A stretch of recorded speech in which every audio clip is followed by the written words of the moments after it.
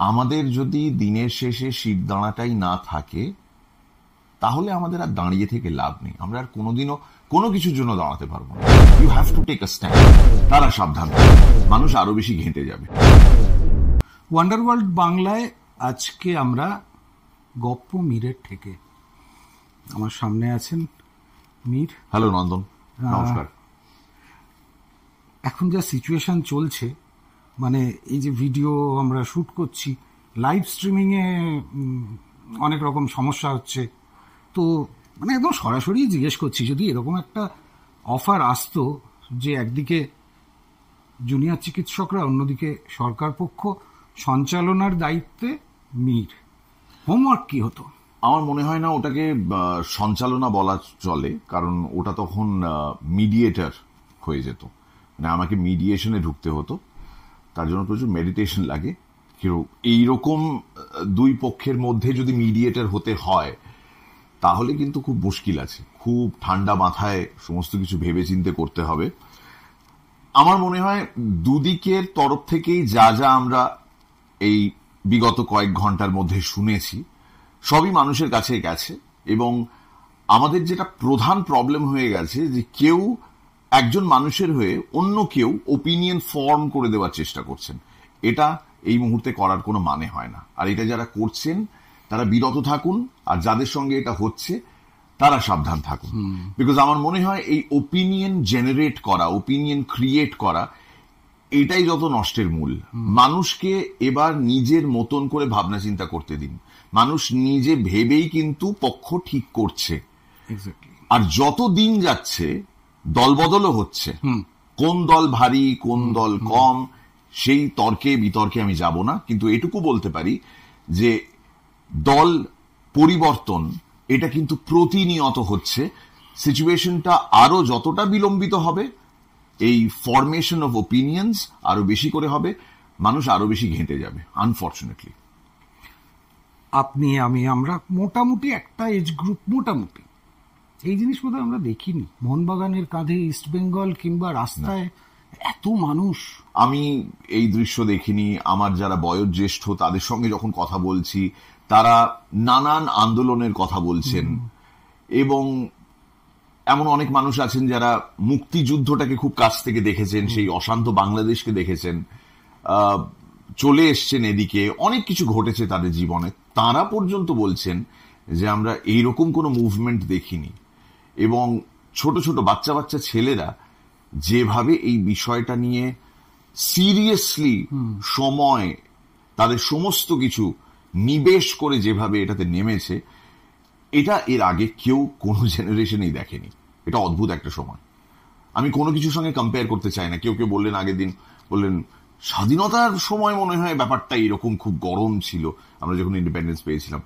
It be very unfair to compare, কারণ দুটো situation completely আলাদা। তখন কিসের জন্য মানুষ লড়াই করেছিল আর এখন কিসের জন্য মানুষ লড়াই করছে, এই কারণটা যদি আমরা বার করতে পারি, তাহলেই আমরা এই যে ৭৫ বছরের ওপর একটা স্বাধীন দেশে বাস করছি বলে মনে করি, সেটা সবার কাছে স্পষ্ট হয়ে যাবে। দুটো লড়াই, দুটো প্রেক্ষাপট কমপ্লিটলি আলাদা, কমপ্লিটলি ডিফারেন্ট, মানে একটা সিনারিও। আর এখানে এসে কোথাও যেন আমরা অনেককে চিনতে পারলাম, মানে যাদেরকে মনে হতো তারা দূর আকাশের তারা, তারা আমাদের কাছে এলেন। আর যাদেরকে মনে হতো যে এরাই তো মানে আমাদের রোল মডেল, তারা দেখলাম যে কোথাও শিরদাঁড়াগুলো হারিয়ে ফেলেছেন। আপনি এটা নিয়ে বলেওছেন সেদিন। হ্যাঁ, আমি এটা নিয়ে বলেছি এই কারণে, কাউকে ক্রিটিসাইজ করার জন্য নয়, কোনো গোষ্ঠীকে সমালোচনার স্ক্যানারের তলায় আনার জন্যও নয়। আমি এটা বলেছি মানুষ হিসেবে, কারণ আমার মনে হয়েছে যে এটা থাকাটা খুব প্রয়োজন। আমাদের যদি দিনের শেষে শিরদাঁড়াটাই না থাকে, তাহলে আমাদের আর দাঁড়িয়ে থেকে লাভ নেই। আমরা আর কোনোদিনও কোনো কিছুর জন্য দাঁড়াতে পারবো না।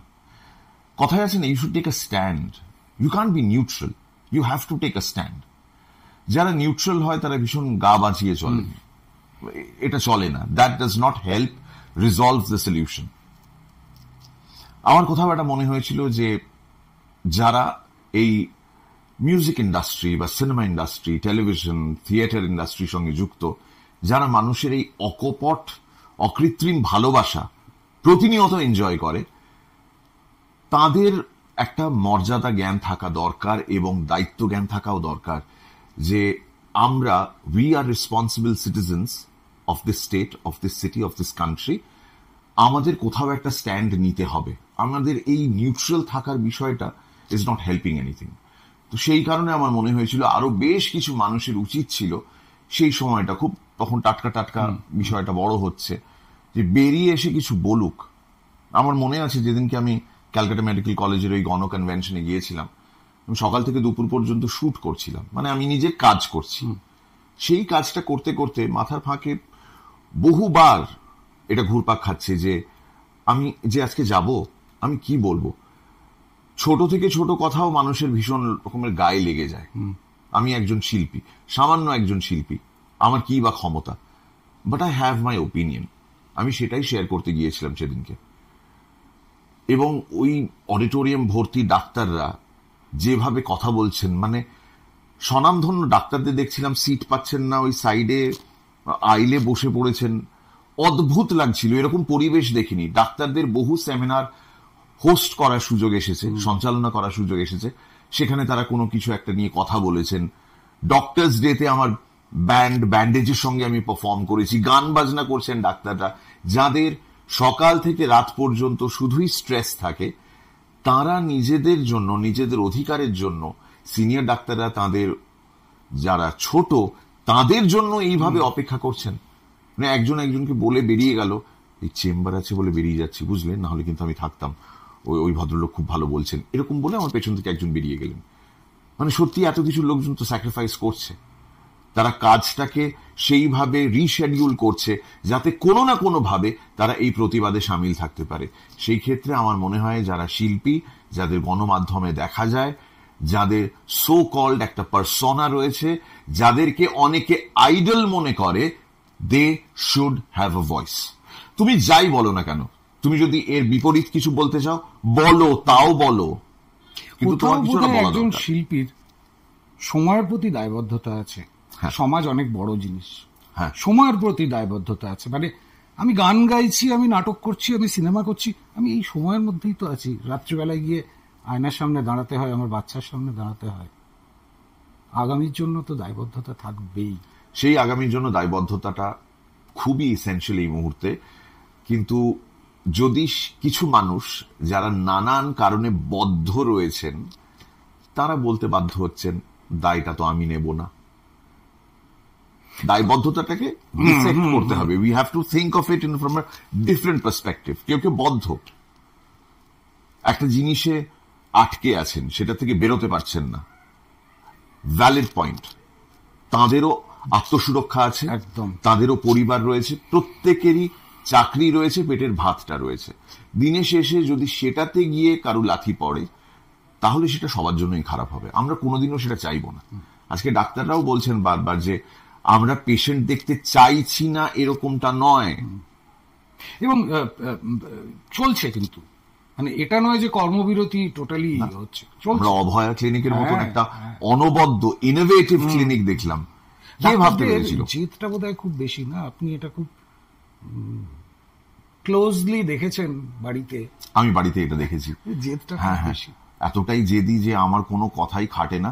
এটা লাইটার নোট বলছি, ডাক্তারদের প্রচন্ড জেদ হয়, কিন্তু ডাক্তারদের সঙ্গে, মানে আমি আমার বাড়ির ডাক্তারের সঙ্গে যদি কথা বলি, আমি ওর সঙ্গে লজিক আর রিজনিং এ পেরে উঠি না। বুঝলেন, ডাক্তাররাও তো দেখুন, imagine doctors, when civilisation first saw doctors, যখন সুশ্রুতের মতন একজনের কথা আমরা প্রথম শুনলাম, ইমাজিন তার চারপাশটায় লোকজন কি মনে করেছিল ওই লোকটিকে, যে বাপরে এ কোন মানব, এর রোগ সারিয়ে দিতে পারে। এতদিন ধরে কোন একটা রোগ হলেই মানুষ মরে যেত, হয়তো সময়ের আগে, কে বলতে পারে। কিন্তু এ এমন একজন মানুষ যে মানুষ অন্য মানুষের রোগ সারিয়ে দিতে পারে। তো ডাক্তাররা হচ্ছেন সেই শ্রেণী। আমি অনেকবার চেষ্টা করেছি, আমি আমার বোকা বোকা অনেক লজিক দেখানোর চেষ্টা করেছি, কিন্তু আমি পেরে উঠিনি। I have bowed down, I have said sorry, I admit I was wrong. এটা শুধুমাত্র এই কারণে নয় that husband must always say yes I am wrong, হ্যাঁ, না হলে গৃহ শান্তিটা ক্ষুণ্ণ হবে। আমি সেটার জন্য বলছি না, আমি জেনুইনলি বলছি that I love bowing down to a person who is logical, reasonable, এবং someone who knows what he or she is saying. এক্ষেত্রে she is saying, মানে আপনারা বুঝতে পারছেন মীরকে থামিয়ে দিতে পারেন একজন ডাক্তার। আর অতীতের একটা কথা, মানে সেটা বলার আগে এক সেকেন্ড, হ্যাঁ হ্যাঁ সোমা, হ্যাঁ আমি ওই একটা ইন্টারভিউ চলছিল, আমি ওতে বলে দিয়েছি যে আমি তোমার কাছে লজিক আর রিজনিং এ হেরে যাই। হ্যাঁ হ্যাঁ, আমি ওটা বুঝিয়ে বলেছি। হ্যাঁ হ্যাঁ হ্যাঁ হ্যাঁ হ্যাঁ, না না ডিকটেটর ফিকটেটর কেন বলবো, না না ওরকম কিচ্ছু না, না ঠিক ঠিক রাখছি, হ্যাঁ শেষ করে নি। হ্যাঁ কি বলছিলেন? বুঝতে পারলাম। এই একজনের কাছে থেমে যান, আর অতীতে মানে একজন থামিয়ে দিয়েছিলেন মীরকে, তিনি যদি আজকে থাকতেন এই প্রতিবাদে বোধহয় ঋতুপর্ণ ঘোষ ডেফিনেটলি সামিল হতেন। আমরা যেভাবে বিভিন্ন শ্রেণীর মানুষকে এই আন্দোলনে সামিল হতে দেখেছি, যারা ট্রান্সজেন্ডার তারা এসছেন, যারা কুয়ার তারা এসছেন, এবং আমার মনে হয় প্রত্যেকেই না হঠাৎ করে তার কণ্ঠটা ফিরে পেয়েছে। মানে বারবার আঘাত হতে হতে বা আঘাত পেতে পেতে সইতে সইতে একটা জায়গা হয় যে আর আমি উঠবো না। It's almost like knock out phase. হ্যাঁ, এবার রেফারি কাউন্ট করছে 10, 9, 8। এই ঘটনাটা যখন সেই সমস্ত মানুষ 2 শুনে নিয়েছে, এরপর 1 হবে আর তারপর 0, ঠিক আন্দোলনটা ওই সময় ঢুকলো এবং এই সমস্ত মানুষরা উঠে দাঁড়ালেন। এই সমস্ত মানুষ বলতে আমাদেরই মানুষ, আমাদেরই মতন যারা, এবং প্রত্যেকে নিজেদের রাইটস এর জন্য লড়ছেন। আমি সেদিনকে অবাক হয়ে গেলাম, কলকাতার ঐতিহ্য রিক্সা, হাতে টানা রিক্সা, রিক্সাওয়ালারা যারা কিনা অধিকাংশ ক্ষেত্রে আমরা জানি, আমরা যদি সমীক্ষা দেখি, তাদের হাই পার্সেন্টেজ কিন্তু is from UP and Bihar. কলকাতার মানুষ তারা খুব কম, বেশিরভাগই এসছেন অন্য দুটো রাজ্য থেকে। সেখান থেকে মানুষ এসে দে are feeling for the cause. তার মানে এখানে কোনো বর্ডারের ব্যাপারই নেই, না, মানুষ মানুষের জন্য ফিল করছে। সে রিক্সা টেনে রাস্তায় মিছিল করে স্লোগান দিচ্ছে আর আন্দোলন করছে। আমার মনে হয় ডাক্তারদের এই আন্দোলন বাকি সমস্ত শ্রেণীর মানুষকে সজাগ করে তুলেছে। ঋতুদা থাকলে জোর প্রতিবাদ করতেন। মানে এই জিনিসটা যে কোনো মানুষ যারা যারা চলে গেছেন এই ঘটনার আগে, আমরা কোভিড এর সময় বলতাম না যে হয়তো কারোর খুব প্রিয়জন কেউ সে কোভিড এর আগেই হয়তো মারা গেছে, ভাগ্যিস উনি চলে গেছেন, না হলে ভাব কোভিডটা দেখতে হতো। যারা এই আন্দোলনের আগে চলে গেছেন না, ইস, তাদের জন্য ভাগ্যিস না, তাদের জন্য শুধু ইস, আপনি দেখে যেতে পারলেন না। আপনি বোধহয় এই কলকাতা, এই বাংলা, এই বাঙালি স্বপ্নই দেখেছিলেন। আমার সেটা বারবার মনে হয়, বারবার প্রমাণিত হচ্ছে। ঘন্টায় ঘন্টায় চিত্র বদলাচ্ছে শহরের। রাস্তাঘাটে এখন বেরোনোর আগে একটু আশপাশের কোনো সোর্স থেকে জেনে নিতে হচ্ছে যে কোথাও কোনো মিছিল যাচ্ছে কিনা, বিরক্তি প্রকাশ করার জন্য নয়, যে আমি পার্টিসিপেট করতে পারবো কিনা, তাহলে আমি গাড়িটা নিয়ে না হয় একটু পরে বেরোবো। এই মানসিকতা, এইটা কলকাতার মানুষ কোনোদিন দেখেনি, অদ্ভুত পাল্টেছে। আর একদম হোম ফ্রন্টে মুস্কান কি বলছে এই কলকাতাকে দেখে? মুস্কানের কাছে এটা খুবই শকিং। এই বছরের প্রথম 6টা মাস ও ফ্রান্সে ছিল, ওখানকার একটা ইউনিভার্সিটিতে পড়াশোনা করছিল, এবং ও ফিরে এসেছিল দিল্লি গিয়ে আবার পড়াশোনা রিজিউম করার আগে একটা ব্রেক পেয়েছিল, সেই ব্রেকে ও এখানে ছিল। ও গত মাসের 25 তারিখ চলে গেল ফেরত কলেজ। তার আগে মানে যবে থেকে শুরু হয়েছে 9 থেকে 25 পর্যন্ত ও প্রত্যেক দিন এটা দেখেছে। ও যে সমস্ত বন্ধুদের সঙ্গে বেরিয়ে আড্ডা মেরেছে তারাও এই কথা নিয়ে আলোচনা করেছে। So it was not a very happy time for her, ভীষণ ডিস্টার্বড। কিন্তু একজন adult, she is an adult now, তার নিজের চিন্তাধারা, তার নিজের ভাবনার প্রসেসটা কমপ্লিটলি আলাদা। আমি এটাতে না প্রত্যেক দিন ওই হ্যাঁ মুস্কান কি দেখছিস, কি বুঝছিস, আমি এটা ওকে জিজ্ঞেস করি না, কারণ আমি জানি না ইট মাইট ডিস্টার্ব হার। ও ওখানে আছে, অন্য শহরে আছে, হয়তো এই জিনিসটা থেকে দূরে আছে, একটু পিসফুল আছে। আমাদের এখানে তো শান্তি বলে কিছু নেই। আমরা রোজ যে কাজটা করছি রুটিন মাফিক সেগুলোই করে যেতে হচ্ছে, অথচ প্রত্যেক ঘন্টায় ঘন্টায় মনে হচ্ছে যেন একটা মেন্টাল অবস্টিকল পেরিয়ে পেরিয়ে যাচ্ছি আমরা, একটা হার্ডল টপকাতে হচ্ছে, মন খারাপ হয়ে যাচ্ছে। ফোন ঘাঁটছি, আগে যে পরিমাণ সিনেমা দেখতাম বা গান শুনতাম তার থেকে অনেক বেশি পরিমাণে এখন নিউজ কনজিউম করছি, এবং নিউজ কনজিউম করছি যখনই মনটা এত ভারাক্রান্ত হয়ে যাচ্ছে, আমি ওটা না ওই ভারটাকে নন ট্রান্সফারেবল মনে করি মুস্কানের ক্ষেত্রে।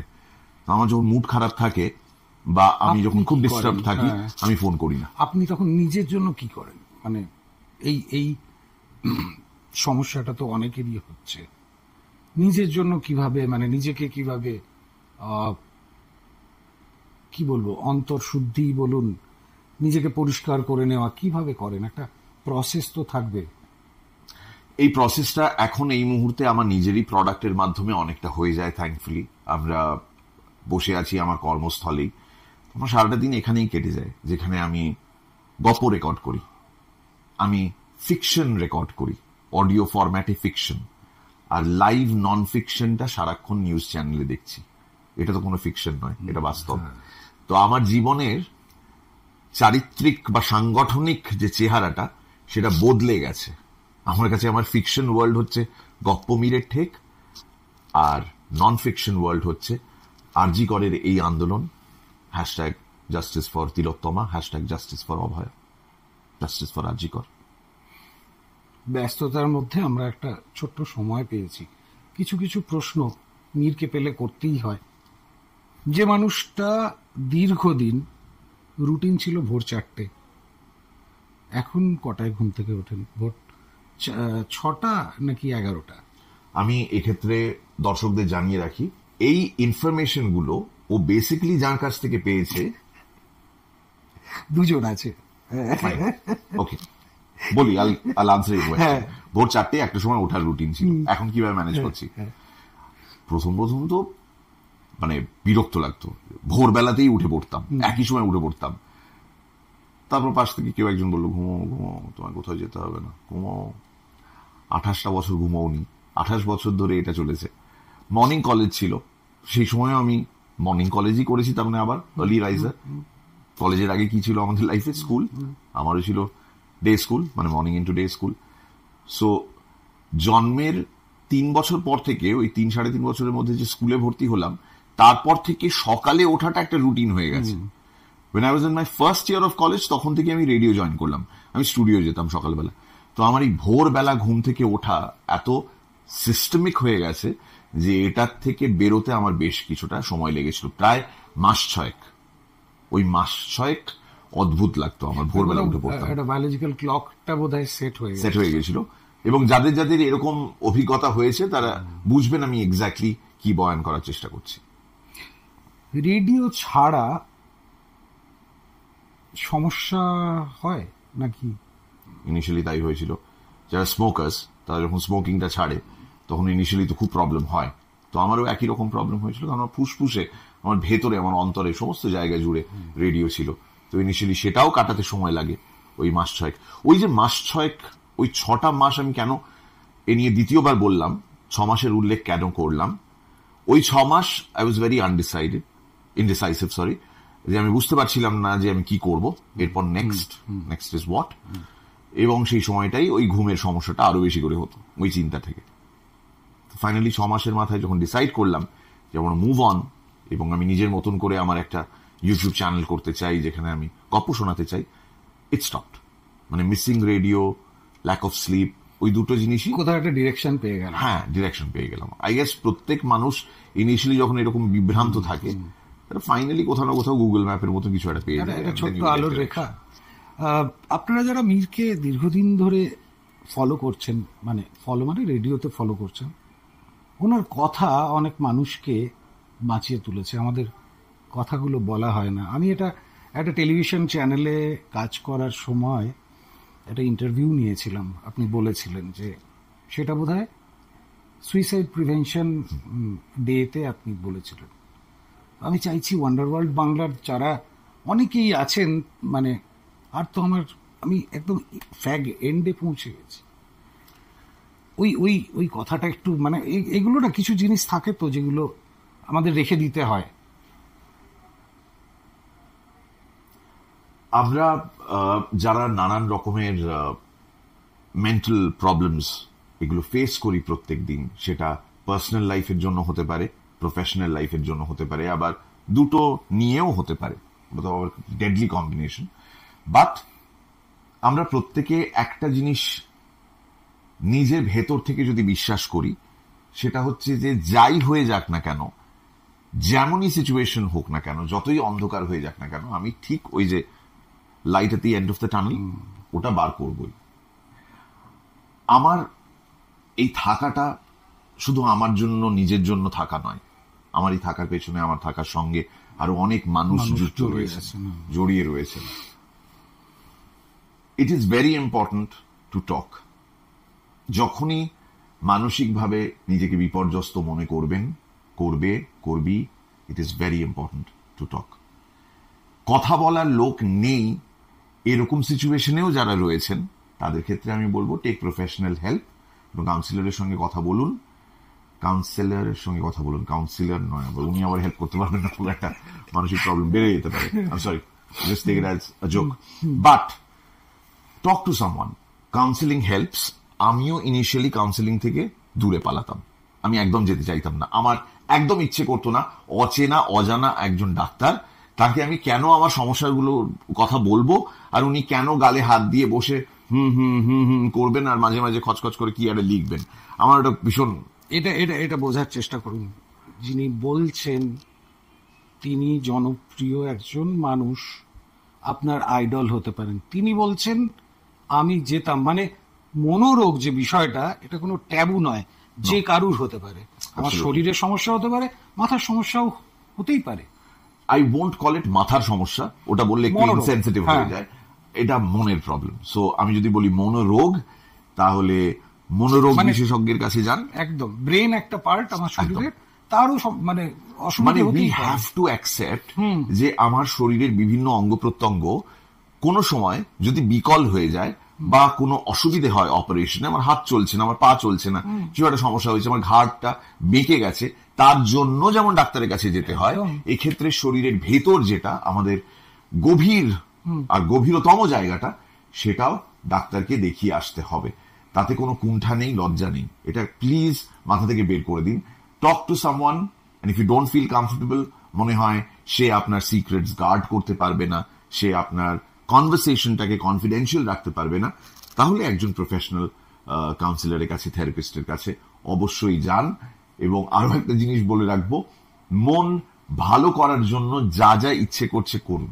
যদি আপনার এক হাঁড়ি বিরিয়ানি শেষ করে দিতে ইচ্ছে করে, তাহলে করুন, আমি সেটা করেছি। সারা দিন যদি পিঙ্ক ফ্লয়েড শুনতে ইচ্ছে করে, করুন, আমি সেটা করেছি। টোটো করে গাড়ি নিয়ে হাইওয়েতে ঘুরতে ঘুরতে একটা ছোট্ট সাধারণ জায়গায় দাঁড়িয়ে চা সিঙ্গারা খেতে ইচ্ছে করছে, তাহলে প্লিজ করুন। If you want to go shopping, go shopping. Chocolate খেতে চাইছেন, আইসক্রিম খেতে চাইছেন, নিজেকে আটকাবেন না। মানে এইটা আপনার লাইফ, এবং আপনি নিজেকে কিভাবে ভালো রাখবেন, এটা আপনার থেকে বেটার আর কেউ বলতে পারবে না। তার মানে আপনি আপনার নিজের কাছে ভীষণ প্রেশাস, সব থেকে দামি, তাহলে নিজেকে প্রিজার্ভ করে রাখুন, নিজেকে নষ্ট হয়ে যেতে দেবেন না, নিজেকে হারিয়ে যেতে দেবেন না। That is my message to you. আর মীরকে কি আর টেলিভিশন অ্যাঙ্কারিং এ দেখতে পাবো? বলতে পারছি না, এই মুহূর্তে টেলিভিশন আর আমাকে সেইভাবে আকৃষ্ট করে না।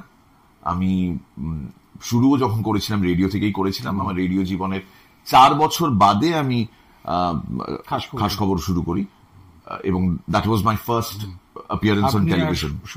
সুদীপ্তা, আমি খুব ভুল যদি না করি দেখেছিলাম। মানে এখন আর সেই টানটা অনুভব করি না, এখন আর সেইভাবে কমেডিও করতে ইচ্ছে করে না। I have perhaps changed with age, people change, perspective change হয়ে যায়। সো আমার ক্ষেত্রে কমপ্লিটলি অন্য একটা ধারা। আমি একই জিনিসই করছি, তো অন্যভাবে করছি, একটু কোথাও এই কন্টেন্ট গুলো মানে আমিও টুকটাক ইউটিউব করে যেটা বুঝতে পেরেছি, ইউটিউবে স্টুডেন্টসদের জন্য, বাচ্চাদের জন্য বাংলায় ভালো কন্টেন্ট নেই। কোথাও গপ্পমীরের ঠেক ভালো কন্টেন্ট তৈরি করছে, কোয়ালিটি কন্টেন্ট তৈরি করছে, আমার টিমের যেটা মূল উদ্দেশ্য সেটা অফকোর্স মনোরঞ্জন, এন্টারটেনমেন্ট, যেমন বলেছিলেন বিদ্যা বালান, ঠিক সেরকম মানুষকে আগে এন্টারটেইন করা, কিন্তু পাশাপাশি এন্টারটেনমেন্টের পাশাপাশি I see the appreciation from my listeners, যারা বলেন যে আমার বাচ্চা ও বাংলা অক্ষর পড়তে পারে না, ও জানে না। সে বিদেশ থেকে একজন লিখেছেন, মেল করেছেন, আমার বাচ্চা কিন্তু আমি যে সমস্ত গল্প শুনে বড় হয়েছিলাম, আমার বাচ্চা থ্যাঙ্কস টু ইউ, আর এই ক্রেডিটটা শুধু আমি একা নেব না, আমার মতন আরো অনেকে রয়েছেন যারা কাজ করছেন, কারো ভিউজ বিশাল, কারো ভিউজ খুব কম, বাট নানদালেস অ্যাপ্রিসিয়েট তো ডেফিনেটলি করবো প্রত্যেককেই। Everybody is putting in their 100% and trying to make a product.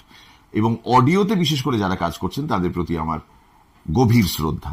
সেইখানে যখন অ্যাপ্রিসিয়েশনটা তার বাবা বা মায়ের কাছ থেকে আসছে যে আমার বাচ্চা বাংলা পড়তে জানে না, লিখতে জানে না, কিন্তু শুনছে, আর সেই সমস্ত গল্প শুনছে যেগুলো আমরা একটা সময় আমাদের ফেভারিটস এর লিস্টে রাখতাম, তখন আমরা অডিওতে শুনিনি, আমরা শুধু বইয়ের আকারে পড়েছি।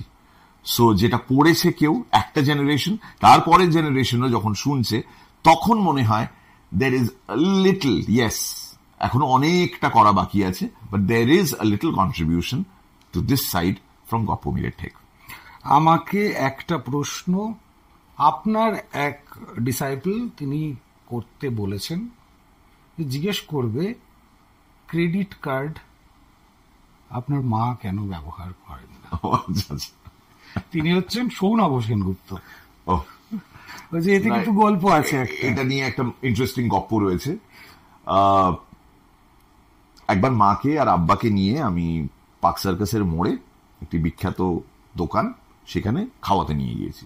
আমার লজিক ছিল যে প্রত্যেক দিন মাকে আমি রাঁধতে দেখি, তো ঈদের দিন, ছুটির দিন, খুশির দিন, একটা দিন ওরা আমার সঙ্গে চলুক। তখন আমার চাকরি হয়ে গেছে, সরি পোস্ট 94 এর কথা বলছি।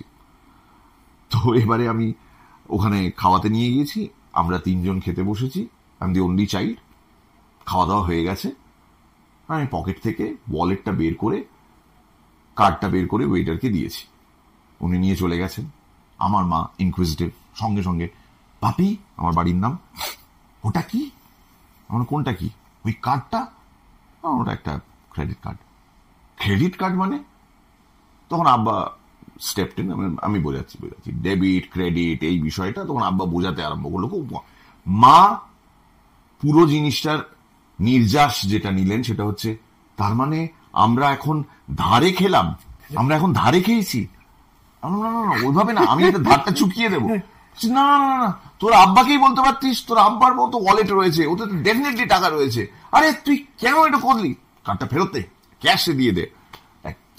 ইট was extremely funny and embarrassing, কারণ ঈদের দিন পার্ক সার্কাসে বিরিয়ানির দোকান, মানে একটা টেবিলও খালি নেই, সবাই আছে।